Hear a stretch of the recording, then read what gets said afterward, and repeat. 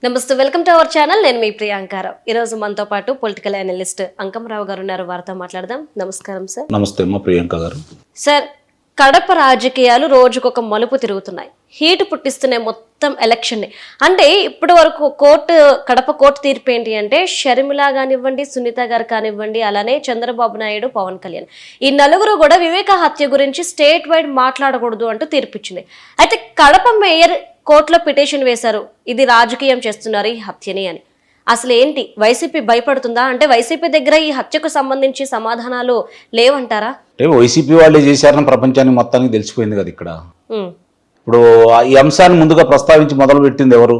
YCP వాళ్ళు. ముఖ్యమంత్రి గారు స్వయంగా బాబాయ్ గారు హత్య గురించి మాట్లాడుకుంటూ ఆయన బయలుదేరాడు. ఇప్పుడు వాళ్లే మళ్ళీ వాళ్ళకి ఎదురు తిరుగుతున్నాయి అని సమాధానాలు చెప్పుకోలేక ఒకవైపు నుంచి డాక్టర్ సునీత గారు సంధించే ప్రశ్నలకు సమాధానం లేదు. ఆమె మొత్తం వివరాలతో కూడా కూడినటువంటి ఏ రోజు ఎక్కడ ఎవరున్నారు, ఎన్ని నిమిషాలు మాట్లాడారు, ఎవరెవరితో మాట్లాడారు, గణాంకాలతో సహా ఈరోజు ప్రజల ముందు పెట్టింది కదా ఆమె. కాబట్టి సమాధానాలు లేవు వీళ్ళ దగ్గర.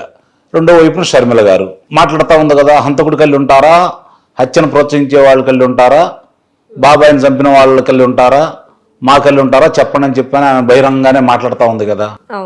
ఇక్కడ రాజకీయం అంటే ఎవరు చేస్తున్నారు? రాజకీయం అవసరం ఎవరికి వచ్చింది? బాబాయ్ గారి హత్యకు సంబంధించి రాజకీయం ఎవరికి వచ్చింది? ఆ రోజు కూడా ఇట్లా న్యాయస్థానాలకు వెళ్ళి వీళ్ళు గ్యాగ్ ఆర్డర్ తెచ్చుకోవడం కూడా జరిగింది. దీని మీద మాట్లాడొద్దు, దీనికి సంబంధించి మాట్లాడొద్దు అని. ఇవాళ కూడా తిరిగి అదే ప్రయోగం చేస్తా ఉన్నారు. ఆ రోజు వాళ్ళకి కలిసి వచ్చింది, ఈ రోజు వికటించింది కాబట్టి వాళ్ళు కాపాడుకోవడం కోసం మళ్ళీ న్యాయస్థానం ఆశ్రయించారు. న్యాయస్థానం మళ్ళీ గుడ్డిగా వాళ్ళకే ఈరోజు అనుకూలంగా తీర్పు ఇవ్వడం కూడా జరిగింది. ఇక్కడ మరి న్యాయం జరగాలని కోరుకునేది న్యాయస్థానం కోసం వెళ్తారు. మరి ఇక్కడ ఏం న్యాయం జరుగుతుందో ఒకసారి ఆలోచించుకోవాలి. మరి ఆ రోజు ఆయన చంపిన దాని గురించి ఆ రోజు మాట్లాడొద్దన్నారు. ఇప్పుడు దాన్ని చర్చాంశం చేసింది ముఖ్యమంత్రి గారు, మాట్లాడుతున్న ముఖ్యమంత్రి గారు. దానికి బాధితురాలైనటువంటి వివేకానంద రెడ్డి గారి కుమార్తె, అలాగే వైఎస్ రాజశేఖర రెడ్డి గారి కుమార్తె ఈరోజు చంపింది మా తమ్ముడే అవినాష్ రెడ్డి, ఆయన పాత్రే దీంట్లో ప్రముఖమైంది అని చెప్పిన వాళ్ళు గొంతెత్తి చాడుతూ ఉన్నారు. మరి వాళ్ళు గొంతు నక్కాలని ఎందుకు ప్రయత్నం చేస్తున్నారో, దానికి న్యాయస్థానాలు ఎందుకు సహకరిస్తున్నాయో అర్థం కాని విషయం. ఇందులో అర్థం కావట్లేదు ఎందుకు జరుగుతుంది ఏంటి. కడపలో కాబట్టి ఇలాంటివి వస్తున్నాయా? ప్రభావితం ఎవరన్నా చేస్తున్నారా, భయపెడుతున్నారా, ప్రలోభ పెడుతున్నారా? అర్థం కాని పరిస్థితుల్లో ఉందన్నమాట ఇప్పుడు అక్కడ. అంటే సార్, ఇక్కడ మరొక విషయం ఏంటంటే, లాస్ట్ 2019 ఎలక్షన్స్ గెలవడానికి కూడా వివేక గారి హత్య కేసు చాలా వీళ్ళకి సింపతి క్రియేట్ చేసింది. సింహభాగం అదే. మరి అదే సింపతి ఇప్పుడు షర్మిల కానివ్వండి, సునీత కానివ్వండి ఫైట్ చేస్తున్నారు కాబట్టి ఇప్పుడు వైసీపీ మీద ఉన్న సింపతి అటువైపు వెళ్ళిపోతుంది అని చెప్పేసి వైసీపీ వాళ్ళు భయపడుతున్నారు అనుకోవచ్చా? ఇప్పటికే వెళ్ళిపోయింది. వీళ్ళ వెంట ఇప్పుడు జనం లేరు, నాయకులు లేరు, కార్యకర్తలు లేరు. పరిస్థితి చాలా అగమ్య గోచరంగా ఉంది. ఇప్పుడు గ్రామాన అర్థమైపోయింది పరిస్థితి. వివేకానంద రెడ్డి గారిని ఎవరు హత్య చేశారనేది కడప వాసులకు కానీ, పులివెందుల వాసులకు కానీ అప్పుడే తెలుసు. కానీ భయపడ్డారు నిన్నటిదాకా. ఇప్పుడు ఆ భయాన్ని వీడి మనం భయపెడితే భయపెట్టిస్తూనే ఉంటారు. ఇట్లా అలా కాదు, ఇదైతే సరైన న్యాయం చేయాలి, వీళ్ళకి శిక్ష చేయాలని చెప్పని ప్రజలు నిర్ణయించుకున్నారు కాబట్టి వీళ్ళకి ఆ భయం ఏర్పడిందని చెప్పని ఈరోజు మనం భావించాల్సి వస్తుంది. ప్రజలు తిరగబడుతున్నారు అక్కడ. ప్రజలు తిరగబడుతున్నారు. పరిస్థితి ఎలా ఉంది అంటే, అక్కడ పులివెందల్లో కూడా ఈరోజు జగన్మోహన్ రెడ్డి గారు ఓడిపోతున్నారనే ప్రచారం జరుగుతూ ఉంది. ప్రజలందరూ కూడా గట్టిగా నమ్ముతున్నారు అక్కడ. అది రోజు రోజుకి బలంగా వినపడింది. మొన్నటిదాకా అసలు ఆ అంశాన్ని చర్చించుకోవడానికి భయపడ్డ పులివెందల నియోజకవర్గం ఈరోజు బహిరంగంగా చర్చించుకుంటున్నారు, జగన్మోహన్ రెడ్డి గారు ఓడిపోబోతున్నారు అని చెప్పని. ఇప్పుడు సునీత గారు ఇంటింటి ప్రచారం మొదలుపెట్టారు పులివెందల్లో. దానికి ఆటంకాలు కలగజేయాలని చెప్పి విశ్వ ప్రయత్నం చేస్తూనే ఉన్నారు. ఇప్పుడు నా న్యాయస్థానాలకు వెళ్ళి అక్కడ మేయర్ గారు న్యాయస్థానాన్ని ఆశ్రయించారు. న్యాయస్థానం అనుకూలంగా అక్కడ తీర్పు ఇచ్చింది. ఆ ఒక్క న్యాయస్థానంతో కాలేదు కదా, ఇంకా చాలా న్యాయస్థానాలు ఉన్నాయి కదా. దాన్ని వీళ్ళు ఆశ్రయించాలి. ఈరోజు చూద్దాం ఎక్కడ దాకా వెళ్తే ఏ న్యాయస్థానం సరైన న్యాయం చేస్తుందో చూడాలి. అంటే మరొక ట్విస్ట్ ఏంటంటే, కేవలం సునీత, షర్మిల గారు, అట్లానే చంద్రబాబు నాయుడు, పవన్ కళ్యాణ్, వీళ్ళు నలుగురు మాత్రమే మాట్లాడకూడదు. అంటే వైసీపీ వాళ్ళు దీని గురించి మాట్లాడచ్చు అనే కదా. ఏమైనా చేయొచ్చు, వాళ్ళకి నిబంధనలు లేవు కదా, వాళ్ళు ఉపయోగించుకోవచ్చు. అదే న్యాయస్థానం. మరి అక్కడ ఎందుకు ఇప్పుడు వైఎస్ఆర్సీపీ పార్టీ అధికారంలో ఉందనా ఈ రోజు ఈ తీర్పు? ఆ ప్రాంతంలో ఎవరు అధికారంలో ఉండా వీళ్ళదే రాజ్యం కదా. వీళ్ళు చెప్పినట్టు ఇన్న అధికారులే అక్కడ ఉండాలా. అది ఎవరైనా కావచ్చు, న్యాయమూర్తులు కావచ్చు, అధికారులు కావచ్చు, లేకపోతే రక్షక భటులు కావచ్చు, ఎవరైనా సరే వాళ్ళు చెప్పిన వాళ్ళు ఇన్ని వాళ్ళకు అనుకూలంగా ఉన్న వాళ్ళకే అక్కడ మనుగడ ఉంటుంది.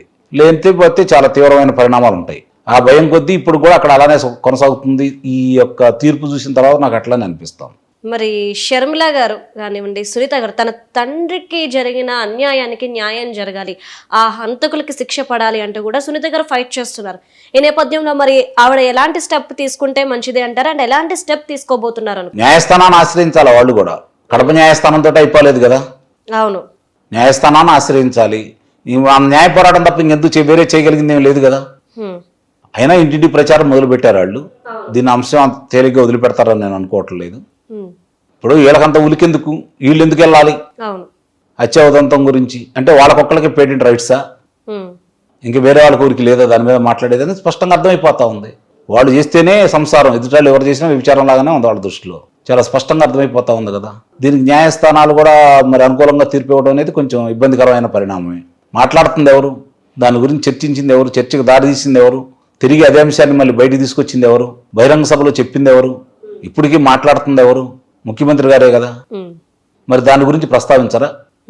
అంటే ఆయనకు ఒక న్యాయమా, ప్రతిపక్షాలకు ఒక న్యాయమా, లేకపోతే సొంత కూతురికి ఒక న్యాయమా, షర్మిల గారికి ఒక న్యాయమా? ఆలోచించాలి కదా. ఇది కూడా ప్రజలు కూడా ఆలోచిస్తారు. ఇప్పుడు అధికారం మతం ఉన్నంత చేతిలో ఉందని, అధికారం చేతిలో ఉందని విర్రబీగితే అధికారం పోయిన తర్వాత దాని పర్యవసానాలు అనుభవిస్తారు. అధికారం ఎప్పుడు శాశ్వతం కాదు కదా. సార్, మరి కోర్టు తీర్పుని బేస్ చేసుకొని ఎక్కడా కూడా మాట్లాడద్దు అని చెప్పారు. మరి షర్మిల ఇప్పుడు కడపలో కేవలం వివేక హత్య కేసును పట్టుకొని ఆవిడ పైకి రావాలి, ఎలక్షన్లో గెలవాలి అన్న పాయింట్ కూడా ఉంది.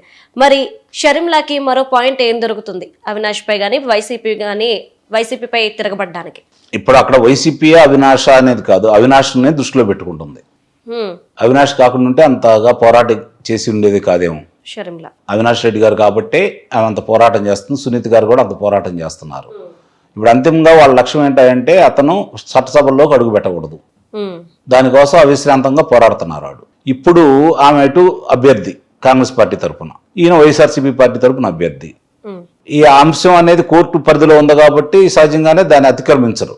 వేరే మార్గాల్లో కూడా మాట్లాడతారు. రేపొద్దున మాట్లాడకుండానో లేకపోతే వాళ్ళు విమర్శించకుండానో దాని గురించి ప్రస్తావించకుండా ఉంటారని అయితే నేనైతే భావించట్లేదు. ఏదో ఒక అంశం ముఖాముఖి కాకపోయినా ఏదో ఒక అంశంతో ముడిపెట్టే మాట్లాడతారని అయితే నేను భావిస్తున్నాను.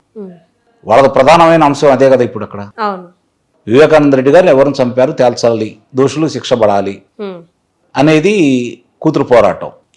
అలాగే షర్మిల గారు కానీ కూతురు కానీ ఏమంటున్నారు, చంపించింది అవినాష్ రెడ్డి, అవినాష్ రెడ్డి ప్రమేయంతో ఇదంతా జరిగింది, హంతకుడు అవినాష్ రెడ్డి అని చెప్పి వాళ్ళు బలంగా ఇప్పటికి చెబుతానే ఉన్నారు కదా. కాబట్టి దాని మీదే వాళ్ళు పోరాటం చేస్తారు, ఆ విషయంలోనే ముందుకెళ్తారు. ఆయన మీద ఏమేమి సాక్ష్యాధారాలతో మనం చెప్పింది కాబట్టి ఇంకొంచెం విపులంగా న్యాయస్థానాల దగ్గరికి వెళ్ళైనా సరే ఆ అంశాన్ని మరుగున పడనీయకుండా ఈ ఎన్నికల్లో ఆ అంశమే ప్రధానంగా చేస్తారు. ముఖ్యంగా కడప పార్లమెంటు పరిధి వరకు దాన్ని విస్తృతంగా జనంలో తీసుకెళ్తారని అయితే నేను భావిస్తున్నాను. Right, thank you so much sir.